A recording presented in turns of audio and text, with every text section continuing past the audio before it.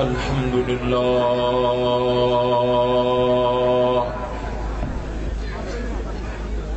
الحمد لله رب العالمين والعاقبة للمتقين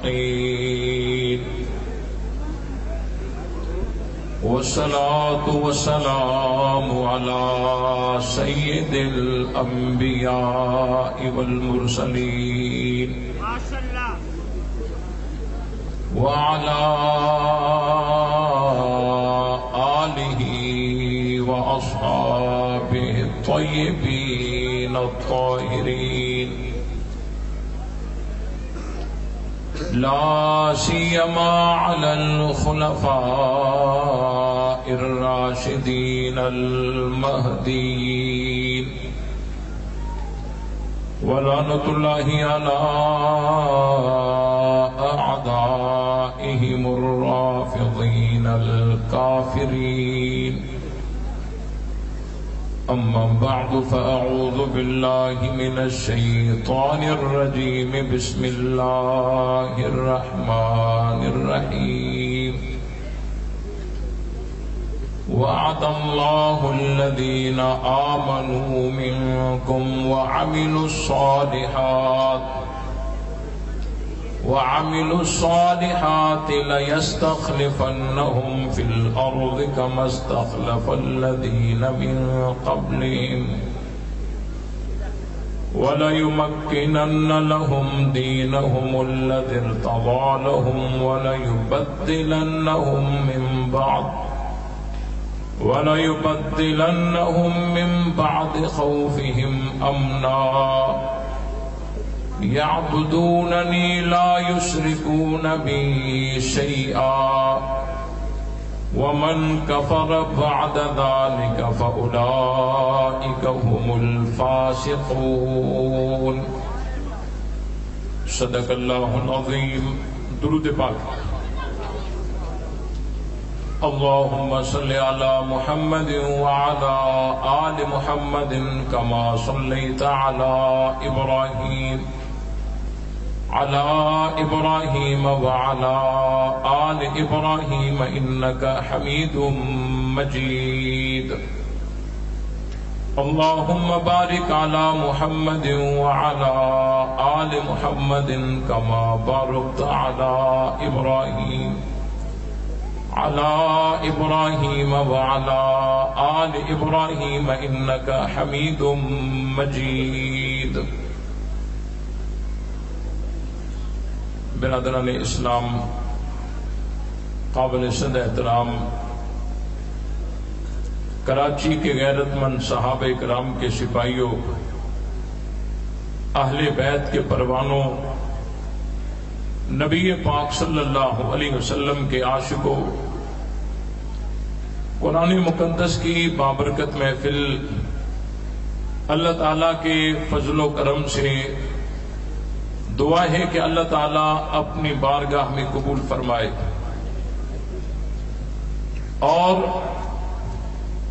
جن ساتھیوں نے محنت کر کے اس پروگرام کا انعقاد کیا ہے، اللہ تعالیٰ ان سب کی محنت کو قبول فرمائے.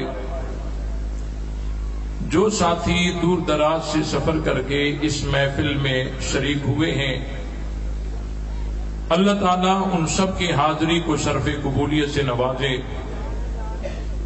اور ہم سب کو حق سمجھ کر اس پر عمل کرنے کی توفیق بخشے. آج کے پروگرام کا عنوان سیرت امام الانبیاء صلی اللہ علیہ وسلم و عظمت صحابہ رضوان اللہ تعالی علیہم اجمعین ہے، اور میرے ذمے جو عنوان سونپا گیا ہے وہ امامت اور خلافت کا عنوان ہے. آپ کو یہ بتاتا چلوں، دنیا میں جتنے بھی فرقے آئے، باطل فرقے، انہوں نے قرآن مجید کی کوئی آیت سمجھ نہ سکے اور پھسل گئے، الگ راستے پر چلے گئے اور الگ فرقہ بنا. کسی نے حدیث مبارکہ کو صحیح سمجھ نہ سکے اور وہ الگ مفہوم لے کر اور الگ ایک راستے پر گامزن رہے. یہ سارے فرقے جو بنے یہ ناسمجھی سے بنے، لیکن صحابہ اکرام کے دشمنوں کا جو فرقہ ہے یہ ناسمجھی سے نہیں بنا، بلکہ جان بوجھ کر عبداللہ ابن سبا یہودی نے اسلام کے مقابلے میں اس فرقے کی بنیاد رکھی اور عجیب غریب عقائد انہوں نے دیے. ان میں سے ایک عقیدہ امامت کا بھی ہے. اگر میں اس کی تشریح کروں تو یقیناً آپ حیران ہو جائیں گے. اہل تشیع کی اسماء الرجال کی معتبر ترین کتاب رجال کشی میں لکھا ہوا ہے کہ عقیدہ امامت کو سب سے پہلے مشہور کرنے والا عبداللہ ابن سبا یہودی تھا. اس سے پہلے کسی نے عقیدہ امامت کا تذکرہ نہیں کیا، لیکن اہل رفض کی بنیادی کتابوں میں اس مذہب کی تاریخ کچھ اور ہے، اور انہوں نے اپنی کتابوں میں الجامع الکافی اور باقر مجلسی کی کتاب حق الیقین میں بسند معتبر بہت ساری ایسی باتیں کی ہیں کہ اگر آپ ان کو سماعت فرمائیں گے تو حیران رہ جائیں گے. اور میں تو کہا کرتا ہوں کہ یہ فرقہ وہ فرقہ ہے، صرف اس فرقے کو کھول کھول کر عوام کے سامنے رکھ دیا جائے تو اس فرقے کے ابطال کے لیے اتنا ہی کافی ہے. اصل ان کے عقائد کیا ہیں؟ تمام امت مسلمہ حضرت آدم علیہ السلام کے واقعے سے باخبر ہے کہ اللہ تعالیٰ نے حضرت آدم علیہ السلام کو پیدا فرمایا اور ملائکوں کو کہا کہ آدم کی طرف سجدہ کریں. لے آدم لام یہ الہ کی معنی میں ہے کہ آدم کی طرف سجدہ کریں، قبلہ آدم کو بنائے اور سجدہ اللہ کے لیے ہو. جس طرح آج ہم قبلہ کعبۃ اللہ کو بناتے ہیں، رخ اسی طرف کرتے ہیں اور سجدہ اللہ کو کرتے ہیں. اللہ تعالیٰ نے بھی تمام ملائکہ سے کہا کہ آدم کی طرف سجدہ کریں، اور اس کے بعد حضرت آدم کو عزتوں سے نوازا. اور قرآن اس بات پر گواہ ہے کہ حضرت آدم علیہ السلام کو اللہ تعالیٰ نے ایک درخت سے روکا تھا کہ یہ درخت نہ کھانا، اور شیطان نے انہیں بہکایا پھسلایا. اس کے بعد انہوں نے وہ درخت کھایا. اللہ تعالیٰ نے ان کو نیچے زمین پر اتار دیا. یہ وہ تاریخ ہے جو امت مسلمہ جانتی ہے اور قرآن میں صاف صاف لکھی ہوئی ہے. لیکن دشمن صحابہ یہاں بڑی عجیب بات کرتا ہے.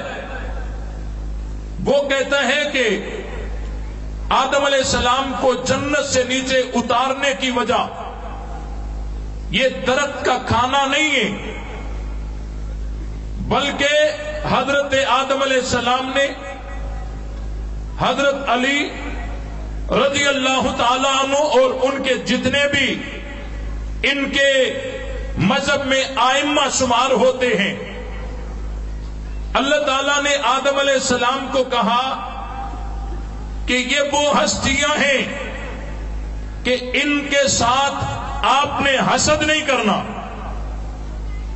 لیکن حضرت آدم علیہ السلام نے آئمہ کی امامت پر حسد کیا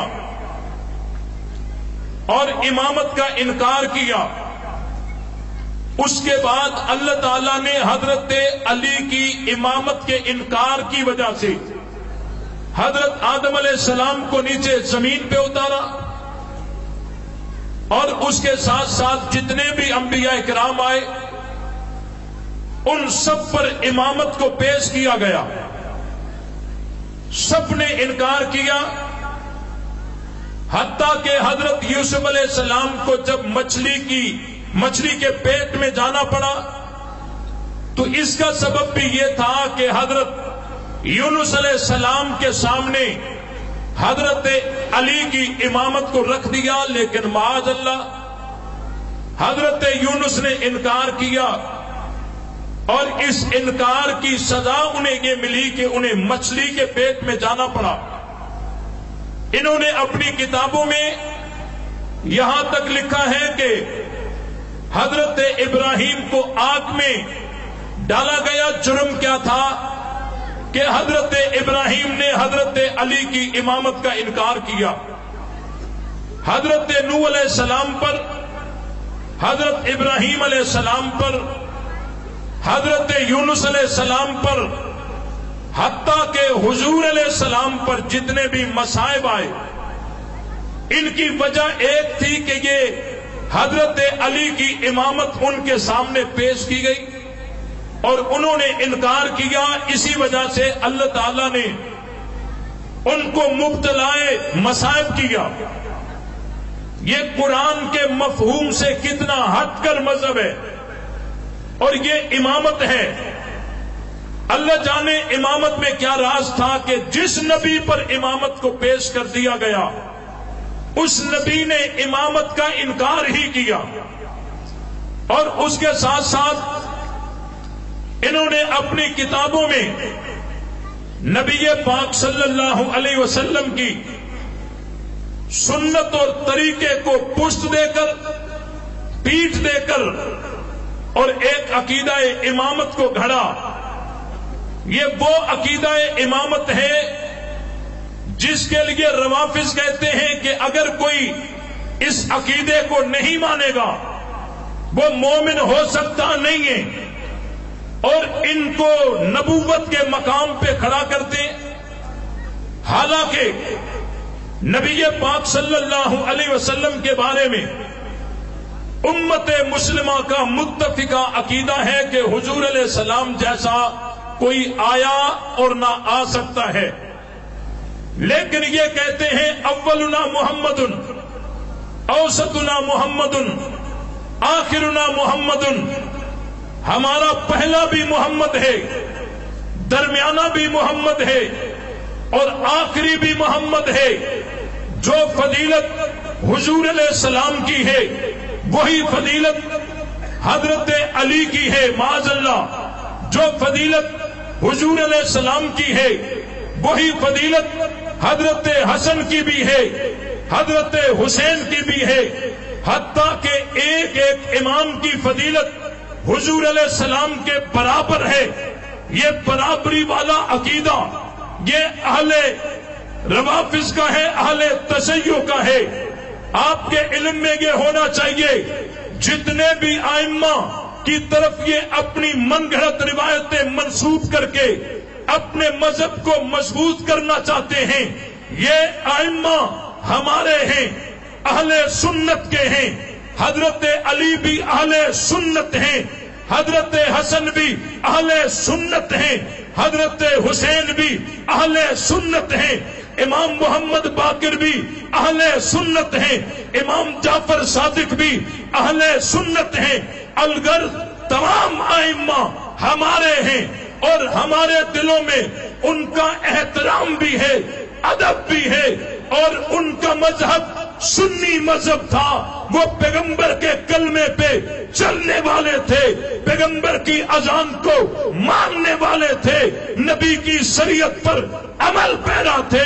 سارے کے سارے سنی تھے اور ہمارے امام ہیں، سب کے امام ہیں اور سب صحابہ اہل بیت ہمارے ہیں. یہ عقیدہ امامت ان کا. اور اس کے ساتھ ساتھ آگے یہ کہتے ہیں ہمارے امام معصوم ہیں. حالانکہ ہمارا عقیدہ یہ ہے کہ حضور علیہ السلام خاتم المعصومین ہیں، کہ آپ علیہ السلام کے بعد کوئی معصوم نے آنا نہیں ہے. اور یہ اتنے بے وقوف ہیں، لوگوں کا بنایا ہوا مذہب ہے نا. آپ اگر ان کی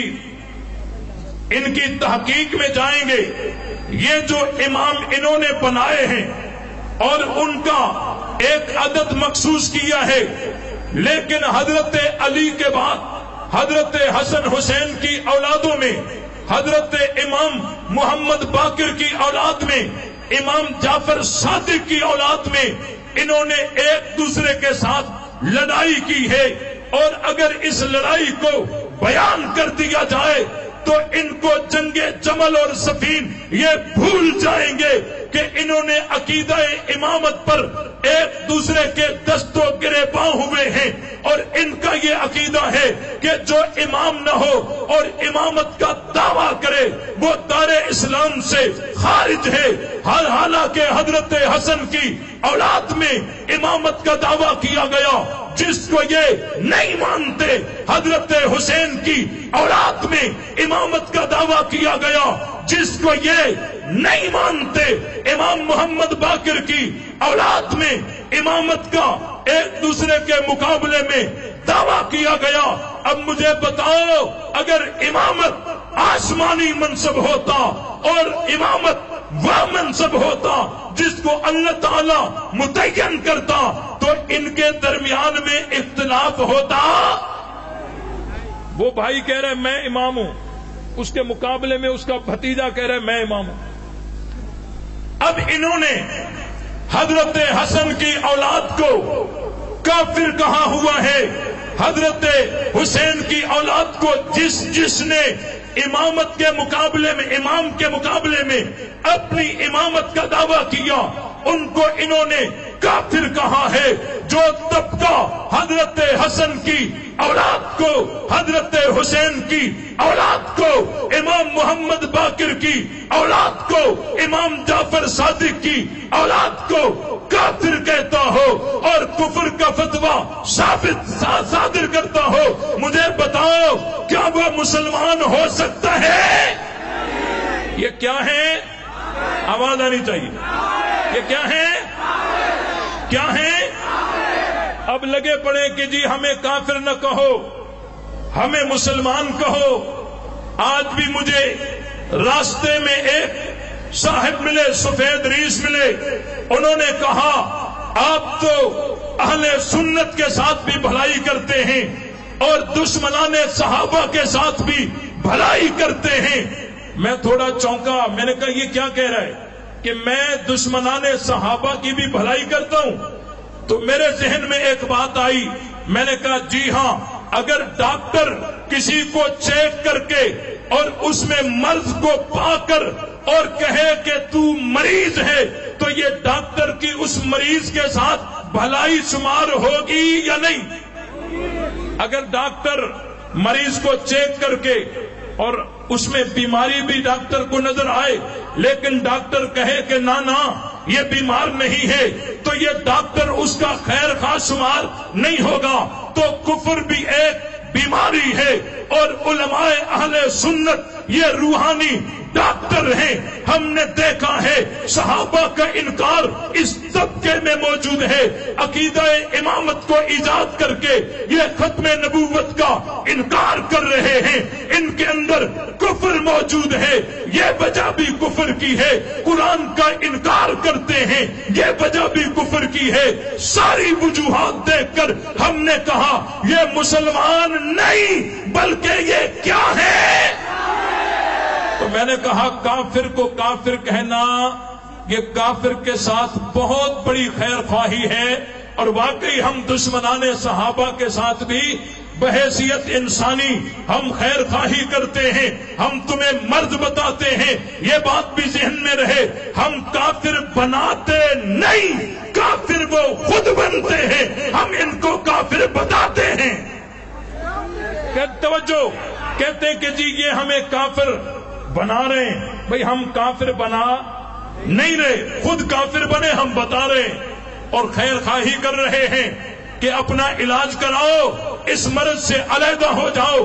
بہرحال انہوں نے عقیدہ امامت کو گھڑا اور عقیدہ امامت کو اللہ تعالیٰ نے اپنی قدرت کاملہ سے ایسا زیر و زبر کیا ہے کہ اگر کسی کو عقل ہوگی وہ کبھی بھی اس باطل مذہب کی اتباع نہیں کرے گا۔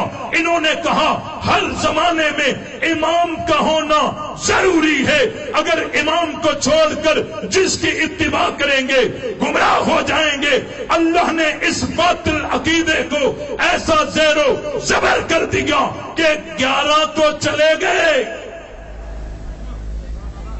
نہیں سمجھے، 11 تو 12واں آیا ہی نہیں، اور 1-2 ہفتے نہیں گزرے، صدیاں گزر گئی ہیں۔ بات سوچنے سمجھنے کی ہے۔ تم تو یہ جب مذہب بنا رہے تھے اس وقت تو یہی اصول بنا رہے تھے کہ ہر زمانے میں امام کا ہونا ضروری ہے۔ اب بتاؤ 11 تو گزر گئے اور 12واں تمہارے عقیدے کے مطابق آیا نہیں، تم کس کے پیچھے ہو؟ اور جس کے پیچھے ہو کیا وہ امام ہے؟ اب اگر ہاں کرتے ہیں تو وہاں دائرہ 14 معصومین کا بنا کے آئے ہیں، یہاں دائرہ ٹوٹتا ہے۔ اگر کہتے ہیں نہ تو ان کا مذہب ختم ہوتا ہے۔ تم ہی نے تو کہا تھا کہ امامت کو چھوڑ کر اگر ہم کسی غیر امام کی اتباع کریں گے گمراہ ہو جائیں گے۔ 11 تو گزر گئے، 12واں آیا نہیں، تم کس کے پیچھے ہو؟ ایک بات، وہ تو ہمارا عقیدہ ہے کہ وہ ہے ہی نہیں، اور یہ بھی بڑی ان کے مذہب میں پریشانی ہے کہ امام حسن عسکری رحمت اللہ علیہ بغیر اولاد کے اس دنیا سے چلے گئے، بغیر اولاد، ان کو کوئی اولاد نہیں تھی، بغیر اولاد کے اس دنیا سے چلے گئے۔ یہ کہتے ہیں نہیں، ان کی شادی ہوئی تھی ایک جنیا سے اور اس سے بچہ پیدا ہوا تھا، وہ تو غار میں چلا گیا۔ میں بڑے ادب کے ساتھ مہذبانہ انداز میں پوچھنا چاہتا ہوں، اچھا جو اندر غار میں ہے اس کے ساتھ آپ کا رابطہ کوئی ہے؟ کہتے رابطہ بھی نہیں ہے۔ کوئی خط و کتابت ہے؟ کہتے ہیں خط و کتابت بھی نہیں ہے۔ آپ کا پیغام اس تک پہنچتا ہے؟ کہتے ہیں وہ بھی نہیں پہنچتا۔ میں نے کہا ان کا پیغام آپ تک پہنچتا ہے؟ کہتے ہیں وہ بھی نہیں پہنچتا۔ میں نے کہا پھر اس کا وجود اور عدم یہ تو برابر ہو گیا۔ اگر تم نے روایتوں پہ ہی چلنا تھا تو نبی کی روایتوں نے کیا جرم کیا؟ پیغمبر کی روایتیں بھی تو دنیا میں موجود ہیں۔ پتہ چلا عقیدہ امامت عقیدہ ختم نبوت کے ساتھ بغاوت ہے۔ اور بڑے مزے کی بات، توجہ، بڑے مزے کی بات، عقیدہ امامت کو نبیوں کے منصب تک پہنچاتے ہیں اور کہتے ہیں اگر کوئی نہیں مانتا عقیدہ امامت تو وہ مسلمان نہیں ہو سکتا۔ لیکن پورے قرآن کو کھول کر دیکھیے، الحمد کے الف سے لے کر والناس کے سین تک پورے قرآن میں عقیدہ امامت پر وضاحت اور صراحت کے ساتھ ایمان لانے کی قرآن مجید میں کوئی ایک آیت بھی نہیں ہے۔ یہ کیسا عقیدہ ہے کہ جس پر ایمان لانے کی کوئی ایک آیت بھی قرآن میں موجود ہے؟ بھائی نبیوں کو مانو، ان کی اتباع کرو، اور نبیوں کو بھیجا اس لیے ہے کہ ان کی تابعداری کرو۔ یہ تو بہت ساری جگہوں پہ آیا ہے، لیکن عقیدہ امامت پر ایمان لانے کی کوئی ایک آیت بھی پورے قرآن میں نہیں ہے۔ جس صراحت اور وضاحت کے ساتھ نبوت پر ایمان لانا قرآن میں بار بار بتایا گیا ہے، اسی صراحت اور وضاحت کے ساتھ کوئی ایک آیت اگر کسی کے بس کی بات ہو، میں کراچی کی سرزمین پر کھلے آسمان کے نیچے چیلنج دیتا ہوں، جس کو تم کہتے ہو یہ ہمارے مذہب کی ریڑھ کی ہڈی ہے، ہم اس کو مانتے ہیں، جو اس کو نہیں مانتا ہم اسے مومن نہیں مانتے۔ چیلنج کرتا ہوں، پورے قرآن سے ایک آیت دکھا دو جو عقیدہ امامت پر ایمان لانے کی، ایک آیت نہیں ہے۔ اور کسی کو یہ جرت بھی نہیں ہو سکتی کہ یہ آیت پیش کرے جب ہے ہی نہیں، جب ہے ہی نہیں۔ میں ایک جگہ سفر کر رہا تھا، ایک جگہ میں رکا نماز کے لیے، ایک مسجد میں آیا، وہاں تبلیغ جماعت آئی ہوئی تھی، انہوں نے مجھے دیکھا، پہچان لیا، خوش ہو گئے، ہم بھی تبلیغی ہیں، ہم بھی۔ مجھے کہا کہ حضرت اللہ نے آپ کو بھیجا ہے، اللہ نے آپ کو بھیجا ہے۔ یہاں ایک آدمی ہے، وہ گزشتہ سال ہم آئے تھے تو وہ سیدھے راستے پر تھا، اب وہ ٹیڑھے راستے پہ چلا گیا ہے، ہم اس کو جب دعوت دے رہے ہیں تو وہ الٹے سیدھے سوالات کر رہا ہے، اور ان سوالوں کے جواب آپ بھی اچھی طرح دے سکتے ہیں، اگر آپ تھوڑی دیر کے لیے آپ تبلیغی بن جائیں ہم اس کو لے آتے ہیں۔ میں نے کہا کوئی بات نہیں، اپنے ہم سفروں کو کہا تم آگے پیچھے ہو جاؤ، ان سے میں نے کہا تسبیح تو دے دو نا بڑے والی، تسبیح لے کر میں بیٹھ گیا۔ یہ جو تبلیغی ہوتے ہیں نا ان کو بڑا فکر ہوتا ہے، اور یہ ایمان کی دلیل ہے کہ فکر ہونی چاہیے کہ یہ بھی سیدھے راستے پر آ جائے، یہ بھی سیدھے راستے پر آ جائے۔ اس کو جلدی میں کوئی 5-7 منٹ میں اس کو لے آئے، اس کو دعوت دے رہے ہیں، یہ آگے سے کہتے ہیں ہمارا تو مذہب ہی اور ہے، ہم نماز پڑھیں تو کون سی پڑھیں، آپ والی یا ہمارے والی، ہمارا تو عقیدہ الگ ہے، یوں بحث کرنے لگا۔ تو میں تھوڑا آگے ہوا، تسبیح میرے ہاتھ میں تھی، کسی تبلیغ کو مونچھیں بھی ہوتی ہیں، میں تھوڑا آگے ہوا، میں نے کہا تمہارا مذہب الگ ہے، اس نے کہا بالکل الگ ہے، مولوی صاحب یہ مجھے دعوت دے رہے ہیں، میں کہہ رہا ہوں تمہارے مذہب کا ہی نہیں ہوں۔ میں نے کہا کس مذہب کو اختیار کیا ہے؟ کہا اس کو، میں نے کہا اس مذہب کا کلمہ کون سا ہے ذرا پڑھو تو صحیح۔ کہنے لگے لا الہ الا اللہ محمد الرسول اللہ علی ولی اللہ وصی رسول اللہ و خلیفۃ بلا فصل۔ میں نے کہا اچھا یہ کلمہ تمہیں کس نے بتایا ہے؟ وہ فوراً مجھے کہنے لگا کیا تم علی کو اللہ کا ولی نہیں مانتے؟ میں نے مڑ کر تبلیغیوں کو دیکھ کر کہا میں تو ان سارے تبلیغیوں کو بھی اللہ کا ولی مانتا ہوں، علی کو کیسے نہیں مانوں گا؟ اس نے فوراً مجھے کہا اچھا آپ مانتے ہیں کہتے نہیں ہیں؟ ہم مانتے بھی ہیں کہتے بھی ہیں۔ اور کہتے کا مطلب تھا کلمے میں ملانا۔ تو میں نے اسے کہا کہ اچھا قیامت کو مانتے ہو؟ اس نے کہا بالکل مانتے ہیں۔ میں نے کہا قیامت برحق ہے آئے گی؟ اس نے کہا بالکل برحق ہے آئے گی۔ میں نے کہا تم نے کلمے میں تو نہیں ملائی،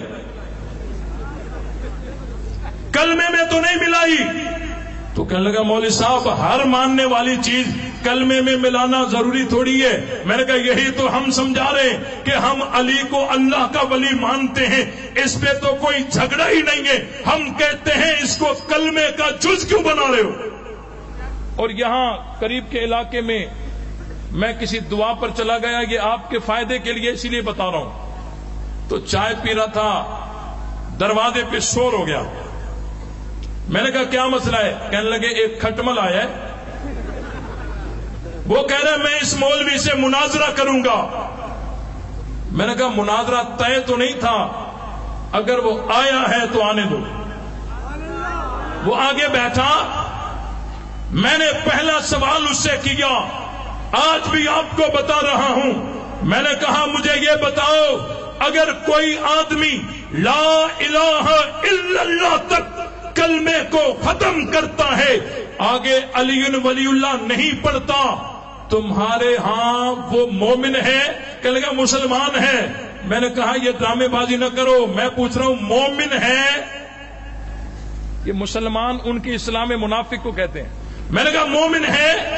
اس نے کہا نہیں، جو علی ولی اللہ نہیں پڑھتا وہ مومن نہیں ہے، ہاں مسلمان ہے۔ مومن بننے کے لیے علی ولی اللہ پڑھنا ضروری ہے۔ میں نے کہا تم امام کتنے مانتے ہو؟ اس نے کہا 12 مانتا ہوں۔ میں نے کہا پہلے امام کا نام کیا تھا؟ اس نے کہا حضرت علی تھے۔ میں نے کہا انہوں نے یہ کلمہ پڑھا؟ اس نے کہا جی ہاں اس نے یہ کلمہ پڑھا ہے۔ میں نے کہا ٹھیک ہے آگے چلیے، دوسرے امام کا نام کیا ہے؟ اس نے کہا حضرت حسن۔ میں نے کہا حضرت حسن حسن نے اپنے کلمے میں علی ولی اللہ پڑھا؟ اس نے کہا جی ہاں اس نے بھی پڑھا۔ میں نے کہا کوئی بات نہیں، آگے چلیے، تیسرے امام کا نام کیا ہے؟ اس نے کہا حضرت حسین۔ میں نے کہا انہوں نے علی ولی اللہ کلمہ پڑھا؟ کہنے لگا جی ہاں پڑھا۔ اب پہلے تو جب وہ پہلے نمبر پر آیا، دوسرے نمبر پر آیا، تو میں اسے فوراً حوالہ نہیں مانگا۔ میں نے کہا تھوڑا آ جائے، اونٹ پہاڑ کے نیچے آ جائے، اونٹ پہاڑ کے نیچے آ جائے۔ اس نے کہا حضرت حسن نے بھی یہی کلمہ پڑھا ہے، حضرت حسین نے بھی یہی پڑھا ہے۔ میں نے کہا کوئی ایک حوالہ دے دو۔ خدا کی قسم وہ ہنس پڑا اور وہ کہنے لگا کہ مجھے 15 دن دے دو، تیاری کر کے پھر آ جاؤں گا۔ میں نے کہا سنو، تمہارے مذہب کی کتابیں چاہے اولین ہوں یا آخرین ہوں، یہ ثابت نہیں کر سکتے کہ حضرت علی نے علی ولی اللہ پڑھا ہو، کلمے میں حضرت حسن نے علی ولی اللہ پڑھا ہو۔ اس کا مطلب تو واضح ہوتا ہے کہ تمہارے ہاں، تمہارے عقیدے کے مطابق علی بھی مومن نہیں، حضرت حسن بھی مومن نہیں، حضرت حسین بھی مومن نہیں۔ میں نے کہا جو طبقہ علی کو مومن نہیں مانتا، حسن کو مومن نہیں مانتا، حسین کو مومن نہیں مانتا، ڈنکے کی چوٹ پہ کہتا ہوں میں بھی اسے مومن نہیں مانتا۔ وہ کل بھی کافر تھا، آج بھی کافر ہے۔ جب تک اپنے کفریہ عقائد سے دستبردار نہیں ہوتا وہ کافر رہے گا۔ دنیا کی کوئی طاقت، کوئی قوت، کوئی لشکر، کوئی جماعت، کوئی مفتی، کوئی مولوی انہیں مسلمان ثابت کر سکتا؟ وہ چپ ہو گیا، وہ چپ ہو گیا۔ تبلیغی اس کے اوپر چڑھ گئے، تبلیغی اس کے اوپر چڑھ گئے اور انہوں نے اپنی دعوت پیش کی، میرا شکریہ کیا، ادا کیا۔ دیوار کی دوسری جانب کہا کہ اب آپ جا سکتے ہیں، ہم نے ان کو پکڑ لیا ہے۔ اور وہ آیتیں پڑھ رہا تھا، انما ولیکم اللہ ورسولہ، یہاں سے ثابت کرنے کی کوشش کر رہا تھا۔ میں نے کہا اس آیت کا ترجمہ کرو۔ اس نے کہا تمہارا سردار صرف اللہ ہے اور اس کا رسول ہے، اور وہ لوگ جو حالت ایمان میں، حالت نماز میں زکات دیتے ہیں۔ میں نے کہا ولی کا معنی کیا ہے؟ اس نے کہا ولی کا معنی سردار۔ میں نے کہا اچھا تم جو اذان میں کہتے ہو اشہد ان علی ولی اللہ، کہ میں گواہی دیتا ہوں کہ علی اللہ کے ولی ہیں، کیا معنی علی اللہ کے سردار ہیں؟ کہتے نہیں، یہاں ولی کا معنی دوست ہے۔ میں نے کہا یہی ولی جب قرآن میں آ جائے تو سردار بن جائے، یہی ولی جب اذان میں آ جائے تو دوست بن جائے۔ اس ولی نے کیا قصور کیا؟ وہاں معنی الگ ہے، یہاں معنی الگ ہے۔ اس لیے واضح طور پہ کہتا ہوں عقیدہ امامت، عقیدہ ختم نبوت سے بغاوت ہے اور انکار ہے۔ آئیے خلافت پر، میرا وقت ختم ہو گیا ہے، 2 منٹوں میں بات ختم کرتا ہوں۔ خلافت پر یہ جو آیت میں نے آپ حضرات کے سامنے پڑھی سورہ نور ہے اور آیت نمبر 55 ہے۔ اس آیت کو آیت استخلاف کہتے ہیں۔ یہ دشمنان صحابہ ویسے تو پورے قرآن سے پریشان ہیں اور بلکہ اس آیت سے تو بہت ہی زیادہ پریشان ہیں۔ اس آیت میں اللہ تعالیٰ نے وعدہ کیا ہے کہ اہل ایمان کو خلافت دوں گا اور وہ اہل ایمان بھی تم میں سے ہوں گے، عمل صالح والے ہوں گے، اور اللہ نے جو وعدہ کیا وہ پورا ہوا۔ جو خلیفے بنے یہ وہی تھے جن کے ساتھ وعدہ تھا، اور جن کے ساتھ وعدہ تھا وہی خلیفہ بنے، اور جو خلیفہ بنے یہ وہی تھے جن کے ساتھ وعدہ تھا۔ انشاءاللہ ہم صحابہ اہل بیت کی عزت و عظمت کو عام کرتے رہیں گے، صحابہ کہتے رہیں گے۔ جو ساتھی ہماری جماعت کے ہاتھ کو مضبوط کرنا چاہتے ہیں، ہمارے مشن کو حق سمجھ کر ہمارا ساتھ دینا چاہتے ہیں، جرأت اور غیرت کے ساتھ جواب دیجئے، نبی سے کلمہ سیکھنے والے کون؟ آخر تک ہاتھ بلند ہونا چاہیے، آخر تک ہاتھ بلند ہونے چاہیے۔ چاہیے. ایکو ساؤنڈ والے کے علاوہ سارے ہاتھ اوپر کریں. نبی سے کلمہ سیکھنے والے کون؟ نبی سے اذان سیکھنے والے کون؟ نبی سے نماز سیکھنے والے کون؟ نبی سے قرآن سیکھنے والے کون؟ نبی بدر میں تو ساتھ کون؟ نبی عہد میں تو ساتھ کون؟ نبی حنین میں تو ساتھ کون؟ نبی احزاب میں تو ساتھ کون؟ نبی عرفات میں تو ساتھ کون؟ نبی مینا میں تو ساتھ کون؟ نبی مکے میں تو ساتھ کون؟ نبی مدینے میں تو ساتھ کون؟ نبی سفر میں تو ساتھ کون؟ نبی حضر میں تو ساتھ کون؟ نبی قرآن میں تو ساتھ کون؟ تو مصطفیٰ کے مرید کون؟ مصطفیٰ کے پروانے کون؟ مصطفیٰ کے عاشق کون؟ مصطفیٰ کے جان نثار کون؟ مصطفیٰ کے نوکر کون؟ تو ہم نوکر کس کے؟ سارے نہیں جو ہیں وہ بولیں. ہم نوکر کس کے؟ ہم مرید کس کے؟ ہم پروانے کس کے؟ ہم عاشق کس کے؟ ہم جان نثار کس کے؟ ہم تابع دار کس کے؟ ہم سپاہی کس کے؟ بول جو صدیق کا نہیں وہ ہمارا. ہاتھ بلند کر کے، ہاتھ بلند کر کے. جو صدیق کا نہیں وہ ہمارا. جو فاروق کا نہیں وہ ہمارا. جو عثمان کا نہیں وہ ہمارا. جو علی کا نہیں وہ ہمارا. جو معاویہ کا نہیں وہ ہمارا. جو صحابہ کا نہیں وہ ہمارا. جو اہل بیت کا نہیں وہ ہمارا نہیں ہے. لے شوق سے نام صحابہ کا، گر چرچا عام صحابہ کا. گر طلب ہے تجھ کو جنت کی تو پلہ تھام صحابہ کا. حق بات پر کتتی ہے تو کٹ جائے زباں میری، اظہار تو کر دے گا جو ٹپکے گا. لہو میرا فنا فی اللہ کی تہ میں بقا کا راز مضمر ہے. جسے مرنا نہیں آتا اسے جینا، مرنا نہیں آتا اسے جینا.